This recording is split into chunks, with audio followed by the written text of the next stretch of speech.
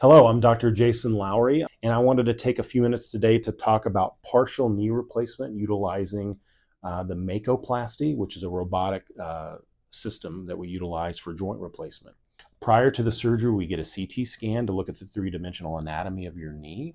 And then during the surgery, we test the ligaments of the knee. So we test the knee straight at 60 degrees of bending and then 90 degrees and even deeper. And that allows us to get a good idea on the what we call the balance of the ligaments around the knee. We actually have a three-dimensional model that we utilize that's the robotic system incorporates from that CT and X-ray. And then the information we get during the surgery, it's up on a computer screen, and you literally are just taking the minimal amount of bone that's necessary for those implants to work and fit. And in my practice, patients do really, really well. Recovery is much quicker than a total knee replacement.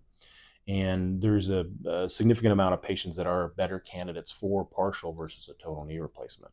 So if you're having issues with your knee and having significant knee pain and have been told you need a knee replacement, please come see me at our Arlington, Mansfield, and Midlothian offices, and we can discuss whether you're a candidate for a partial versus a total knee replacement.